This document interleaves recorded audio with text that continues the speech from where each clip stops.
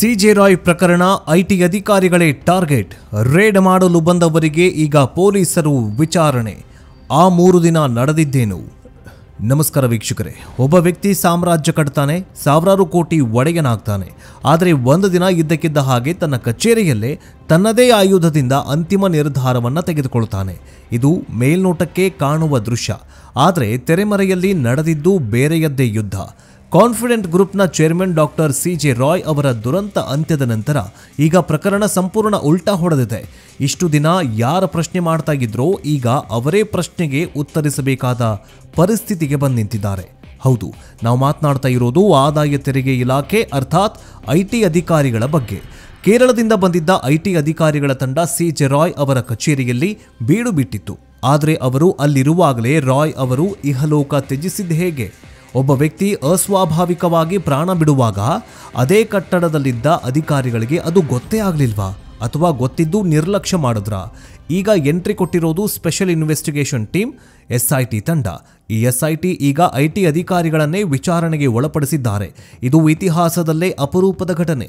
ಒಂದು ತನಿಖಾ ಸಂಸ್ಥೆ ಇನ್ನೊಂದು ತನಿಖಾ ಸಂಸ್ಥೆಯನ್ನ ಪ್ರಶ್ನೆ ಮಾಡ್ತಾ ಇದೆ.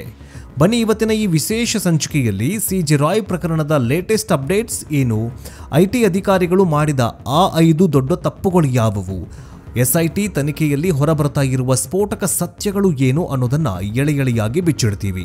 ಆದರೆ ಅದಕ್ಕಿಂತ ಮುಂಚೆ ಯಾವುದೋ ದುರಾಸೆನೋ ಅಥವಾ ಯಾರೋ ಒತ್ತಡಕ್ಕೋ ಮಣದು ಈ ಐಟಿ ಅಧಿಕಾರಿಗಳು ರೇಡ್ ಮಾಡ್ತಾ ಇದ್ದಾರಲ್ಲ ಈ ಉದ್ಯಮಿಗಳ ಬಗ್ಗೆ ಅಥವಾ ಈ ಉದ್ಯಮಿಗಳ ಮೇಲೆ.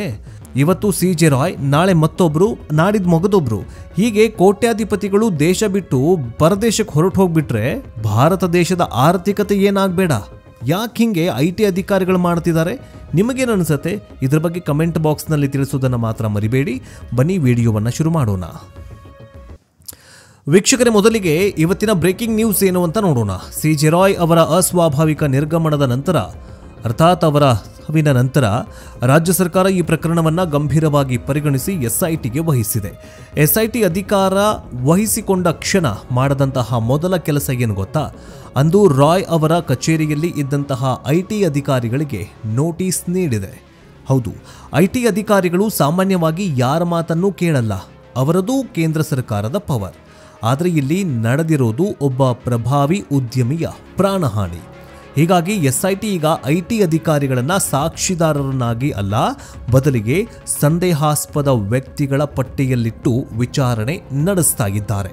ಈಗಾಗಲೇ ಕೇರಳದ ಐಟಿ ಘಟಕದ 3 ಅಧಿಕಾರಿಗಳನ್ನ SIT ವಿಚಾರಣೆಗೆ ಒಳಪಡಿಸಿದೆ, ವಿಚಾರಣೆಗೆ ಕರೆಸ್ಕೊಂಡಿದೆ. ಆ ಕೊನೆಯ ಗಳಿಗೆಯಲ್ಲಿ ನೀವು ಎಲ್ಲಿದ್ರಿ? ರಾಯ್ ಅವರ ಜೊತೆ ಏನು ಮಾಡ್ತಾ ಇದ್ರಿ?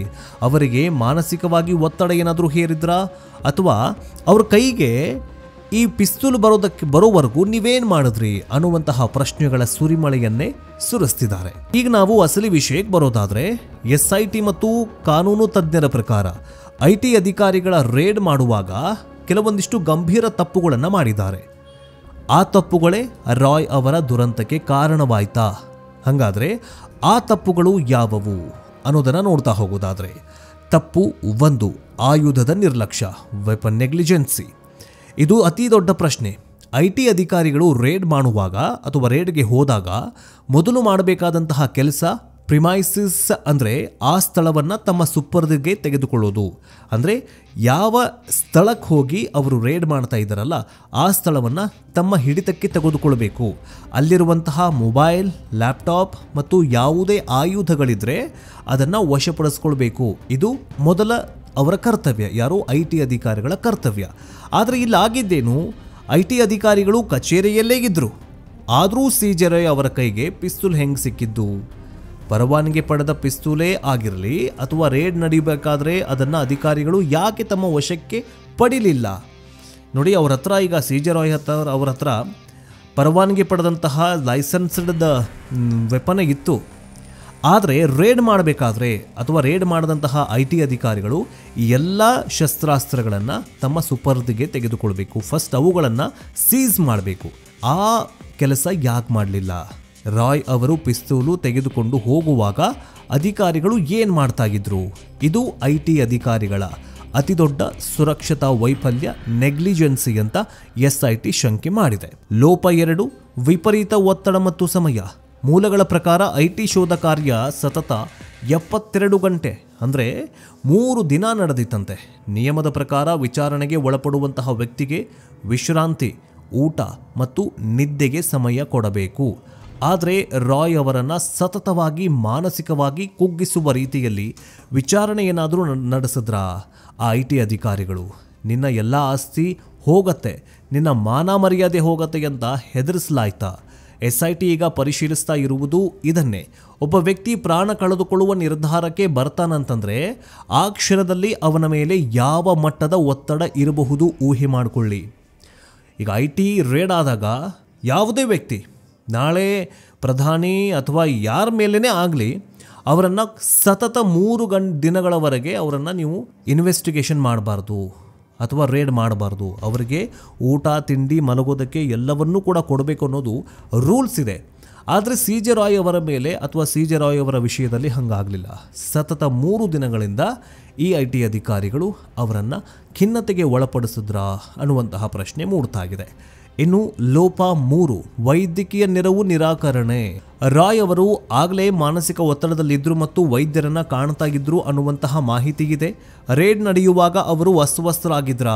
ಅವರಿಗೆ ವೈದ್ಯಕೀಯ ನೆರವು ಬೇಕು ಅಂತ ಕೇಳಿದಾಗ ಅಧಿಕಾರಿಗಳು ನಿರಾಕರಿಸಿದ್ರಾ?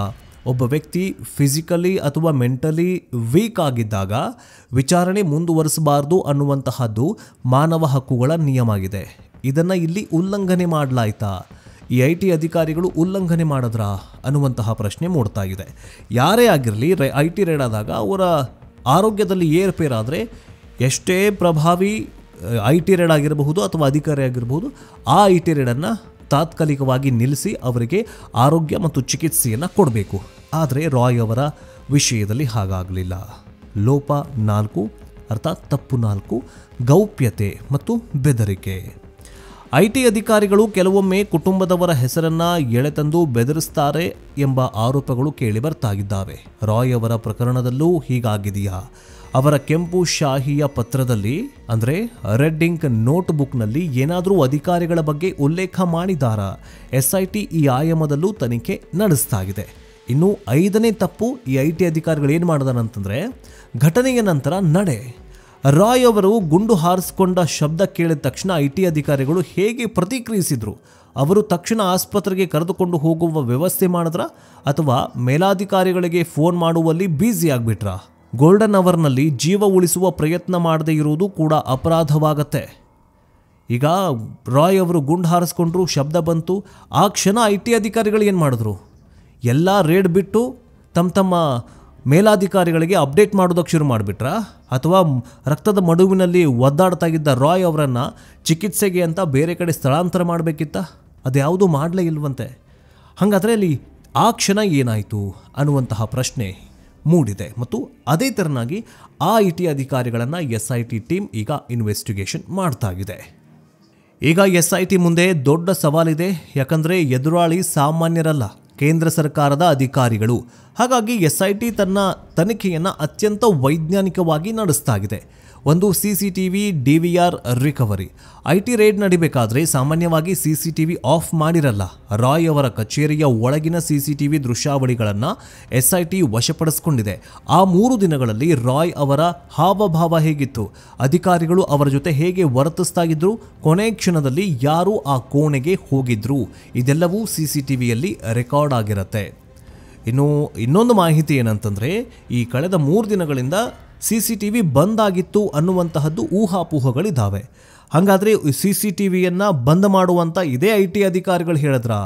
ಇದೇ ಕೇಂದ್ರ ಸರ್ಕಾರದ ಸುಪರ್ದಿಗೆಯಲ್ಲಿರುವಂತಹ IT ಅಧಿಕಾರಿಗಳು ಹೇಳಿದ್ರಾ ಅನ್ನುವಂತಹ ಅನುಮಾನಗಳು ಮೂಡ್ತಾ ಇದ್ದಾವೆ. ಈಗ DVRನ್ನು ಅಂದರೆ CCTVಯನ್ನು ಪರಿಶೀಲನೆ ಮಾಡ್ತಾ ಇದ್ದಾರಂತೆ. ಈ ಕಾನ್ಫಿಡೆಂಟ್ ಗ್ರೂಪ್ನ ಕಚೇರಿ ಇದೆಯಲ್ಲ ಬೆಂಗಳೂರಲ್ಲಿ, ಇದು ಒಂಥರ ಅರಮನೆ ಇದ್ದ ಹಾಗೆ. ಅಂದರೆ ಈ ವ್ಯಕ್ತಿ ಅಷ್ಟು ಚೆನ್ನಾಗಿ ಒಂದು ಕಚೇರಿಯನ್ನು ಡಿಸೈನ್ ಮಾಡಿದರು. ಅಂಥ ದೊಡ್ಡ ಅರಮನೆಗೆ CCTV ಇಲ್ಲ ಅಂತಂದರೆ ಯಾರಾದರೂ ನಗುತ್ತಾರೆ. ನಾಳೆ ಈ CCTVಯೂ ಕೂಡ ಡಿಜಿಟಲ್ ಸಾಕ್ಷಿಯಾಗಿ ಕೋರ್ಟ್ ಮುಂದೆ ಹಾಜರು ಆಗಬಹುದು. ಈ CCTVಯಲ್ಲಿ ಏನೆಲ್ಲ ರೆಕಾರ್ಡ್ ಆಯಿತು, ಕಳೆದ 3 ದಿನಗಳಿಂದ ಯಾವೆಲ್ಲ ಅಧಿಕಾರಿಗಳು ಹೇಗೆಲ್ಲ ವರ್ತಿಸಿದ್ರು, ಆ ವ್ಯಕ್ತಿಯ ಅಥವಾ ಆ ರಾಯ್ ಅವರ ಜೊತೆ ಈ IT ಅಧಿಕಾರಿಗಳು ಹೆಂಗೆ ವರ್ತಿಸಿದ್ರು, ಇವ್ರು ಹೆಂಗೆ ವರ್ಸಿದ್ರು, ಇವ್ರು ಹೇಗೆ ವರ್ತಿಸಿದ್ರು, ಅವ್ರು ಹೇಗೆ ವರ್ತಿಸಿದ್ರು, ಇವೆಲ್ಲವನ್ನೂ ಕೂಡ ನಾಳೆ SIT ಚೆಕ್ ಮಾಡುತ್ತೆ. ನೋಡಿ, IT ಅಧಿಕಾರಿಗಳು, ಅವರು ಕೇಂದ್ರ ಸರ್ಕಾರದ ಅಧಿಕಾರಿಗಳು ಅವೆಲ್ಲ ಬರಲ್ಲ. ಇಲ್ಲಿ ಒಬ್ಬ ಉದ್ಯಮಿಯ ಜೀವ ಹೋಗಿದೆ. ಆತ ಭಾರತಕ್ಕೆ ಕಟ್ತಾ ಇದ್ದಂತಹ ಟ್ಯಾಕ್ಸು ಕೋಟಿ. ನಮ್ಮ ಭಾರತದ ಎಕನಾಮಿ ಗಟ್ಟಿಯಾಗೋದಕ್ಕೆ ಆತನ ಕೊಡುಗೆಯೂ ಕೂಡ ಜಾಸ್ತಿ ಇತ್ತು. ಸೊ ಸಾಮಾನ್ಯ ವ್ಯಕ್ತಿಯಾಗಿದ್ದರೆ ಅಫ್ಕೋರ್ಸ್ ಸಾಮಾನ್ಯ ವ್ಯಕ್ತಿಯಾಗಿದ್ರೂ ಕೂಡ ಅಷ್ಟೇ. ಆದರೆ ಆತ ಪ್ರಭಾವಿ ಉದ್ಯಮಿ. ಆತ ಏನಾದರೂ ಬದುಕಿದಿದ್ರೆ 20 ವರ್ಷ 30 ವರ್ಷ ಭಾರತಕ್ಕೆ ಟ್ಯಾಕ್ಸ್ ಕಟ್ತಾ ಇದ್ದ.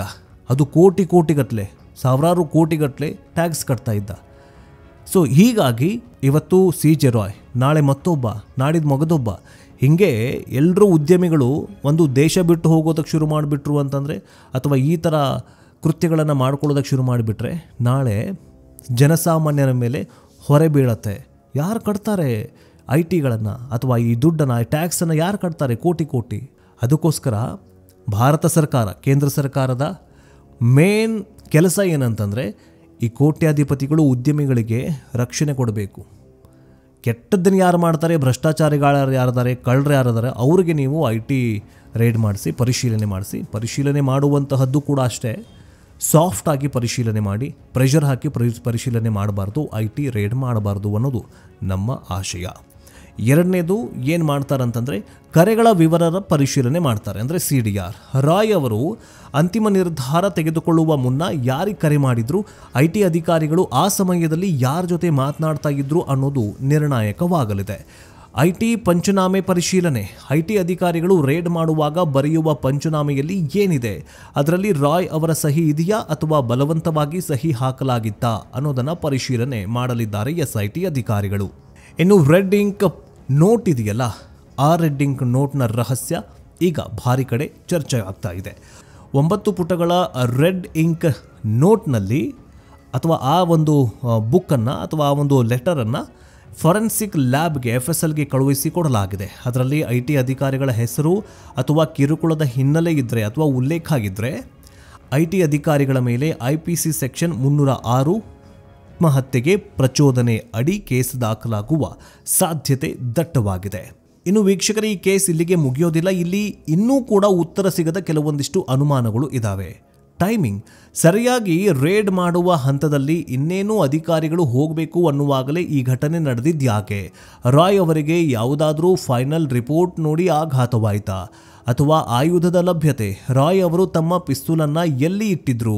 ಅಷ್ಟು ಭದ್ರತೆ ಇರುವ IT ಅಧಿಕಾರಿಗಳು ಕಾವಲು ಕಾಯುವ ಜಾಗದಲ್ಲಿ ಅವರು ಪಿಸ್ತೂಲ್ ತೆಗೆದುಕೊಂಡು ಬಾತ್ರೂಮ್ಗೆ ಅಥವಾ ಪ್ರತ್ಯೇಕ ಕೋಣೆಗೆ ಹೋಗೋದಕ್ಕೆ ಹೇಗೆ ಸಾಧ್ಯವಾಯಿತು? ಕಾನ್ಫಿಡೆಂಟ್ ಗ್ರೂಪ್ ಕೇರಳ ಮತ್ತು ಕರ್ನಾಟಕ ಎರಡು ಕಡೆ ದೊಡ್ಡ ವ್ಯವಹಾರ ಹೊಂದಿದೆ. ರಾಜಕೀಯ ನಾಯಕರ ಜೊತೆಗೂ ರಾಯ್ ಉತ್ತಮ ಒಡನಾಟ ಹೊಂದಿದ್ದಾರೆ. ಈ ರೇಡ್ ಹಿಂದೆ ರಾಜಕೀಯ ದ್ವೇಷದ ವಾಸನೆ ಏನಾದರೂ ಇದೆಯಾ? ಸಾಮಾನ್ಯವಾಗಿ ಸರ್ಕಾರಿ ಅಧಿಕಾರಿಗಳು ಕರ್ತವ್ಯ ನಿರ್ವಹಿಸುವಾಗ ಆಗುವಂತಹ ಅನಾಹುತಗಳಿಗೆ ರಕ್ಷಣೆ ಇರುತ್ತೆ. ಆದರೆ ಮಿತಿಮೀರಿ ವರ್ತಿಸುವುದು ಮತ್ತು ಮಾನವ ಹಕ್ಕುಗಳ ಉಲ್ಲಂಘನೆ ಮಾಡಿದರೆ ಅವರಿಗೂ ಕೂಡ ರಕ್ಷಣೆ ಸಿಗೋದಿಲ್ಲ. ಸಿದ್ಧಾರ್ಥ್ ಕೆಫೆ ಕಾಫಿ ಡೇ ಪ್ರಕರಣದಲ್ಲೂ IT ಅಧಿಕಾರಿಯ ಅಥವಾ IT ಇಲಾಖೆಯ ಕಿರುಕುಳದ ಆರೋಪ ಇತ್ತು. ಈಗ CJ ರಾಯ್ ಪ್ರಕರಣದಲ್ಲೂ ಇದೇ ಆರೋಪ ಕೇಳಿ ಬರ್ತಾ ಇದೆ. ಒಂದು ವೇಳೆ SIT ತನಿಖೆಯಲ್ಲಿ IT ಅಧಿಕಾರಿಗಳು ರಾಯ್ ಅವರನ್ನು ಮಾನಸಿಕವಾಗಿ ಹಿಂಸಿಸಿದ್ದಾರೆ ಮತ್ತು ಅವರ ನಿರ್ಲಕ್ಷ್ಯದಿಂದಲೇ ರಾಯ್ ಅವರು ಆಯುಧ ಬಳಸುವಂತಾಯಿತು ಅನ್ನುವಂತಹದ್ದು ಸಾಬೀತಾದರೆ ಆ ಅಧಿಕಾರಿಗಳು ಅಮಾನತ್ತಾಗುವುದು ಮಾತ್ರವಲ್ಲ, ಅವರು ಜೈಲು ಸೇರುವಂತಹ ಸಾಧ್ಯತೆಯೂ ಕೂಡ ಇದೆ. ವೀಕ್ಷಕರೇ, ತೆರಿಗೆ ಕಟ್ಟೋದು ಪ್ರತಿಯೊಬ್ಬರ ಕರ್ತವ್ಯ. ತೆರಿಗೆ ಕಳ್ಳತನ ಮಾಡಿದರೆ ಹಿಡಿಯೋದು ಅಧಿಕಾರಿಗಳ ಕೆಲಸ. ಆದರೆ ಆ ಅಧಿಕಾರವನ್ನು ಬಳಸಿಕೊಂಡು ಒಬ್ಬ ವ್ಯಕ್ತಿಯನ್ನು ಮಾನಸಿಕವಾಗಿ ಕುಗ್ಗಿಸುವುದು, ಅವರ ಪ್ರಾಣಕ್ಕೆ ಕಂಟಕವಾಗುವಂತಹ ವಾತಾವರಣ ಸೃಷ್ಟಿ ಮಾಡೋದು ಎಷ್ಟು ಸರಿ? CJ ರಾಯ್ ಅವರು ತಪ್ಪು ಮಾಡಿದ್ದಾರೋ ಇಲ್ವೋ ಅದು ತನಿಖೆಯಿಂದ ತಿಳಿಬೇಕಿತ್ತು. ಆದರೆ ತೀರ್ಪು ಬರುವ ಮುನ್ನವೇ ಶಿಕ್ಷೆ ಅನುಭವಿಸುವಂತಾಯಿತು. ಈಗ ಚೆಂಡು SIT ಅಂಗಳದಲ್ಲಿದೆ. IT ಅಧಿಕಾರಿಗಳು ಎಷ್ಟೇ ಪ್ರಭಾವಿಗಳಾಗಿದ್ದರೂ ಕಾನೂನಿನ ಮುಂದೆ ಎಲ್ಲರೂ ಸಮಾನರು. ರಾಯ್ ಅವರ ಕುಟುಂಬಕ್ಕೆ ನ್ಯಾಯ ಸಿಗಬೇಕಾದರೆ ಆ 3 ದಿನಗಳ ರಹಸ್ಯ ಹೊರಬರಲೇಬೇಕು. ಆ 9 ಪುಟಗಳ ಕೆಂಪು ಪತ್ರ ಮತ್ತು CCTV ದೃಶ್ಯಗಳು ಅಧಿಕಾರಿಗಳ ಭವಿಷ್ಯವನ್ನು ನಿರ್ಧರಿಸಲಿವೆ. ನಿಮಗೇನನ್ಸುತ್ತೆ? IT ಅಧಿಕಾರಿಗಳ ನಿರ್ಲಕ್ಷ್ಯವೇ ರಾಯ್ ಅವರ ಈ ಸ್ಥಿತಿಗೆ ಕಾರಣನಾ? ಇಂತಹ ರೇಡ್ಗಳ ಸಮಯದಲ್ಲಿ ನಿಯಮಗಳು ಬದಲಾಗಬೇಕಾ? ನಿಮ್ಮ ಅಭಿಪ್ರಾಯ ಏನು ಅಂತ ಕಮೆಂಟ್ ಬಾಕ್ಸ್ನಲ್ಲಿ ತಿಳಿಸಿ. ಈ ತನಿಖೆಯ ಮುಂದಿನ ಅಪ್ಡೇಟ್ಗಾಗಿ ನಮ್ಮ ಯೂಟ್ಯೂಬ್ ಚಾನಲ್ ಅನ್ನು ಬೇಗ ಸಬ್ಸ್ಕ್ರೈಬ್ ಮಾಡಿಕೊಳ್ಳಿ. ನೆಕ್ಸ್ಟ್ ಅಪ್ಡೇಟ್ನೊಂದಿಗೆ ಬೇಗ ವಾಪಸ್ ಬರ್ತೀವಿ. ಜೈ ಹಿಂದ್, ಜೈ ಕರ್ನಾಟಕ, ವಂದೇ ಮಾತರಂ.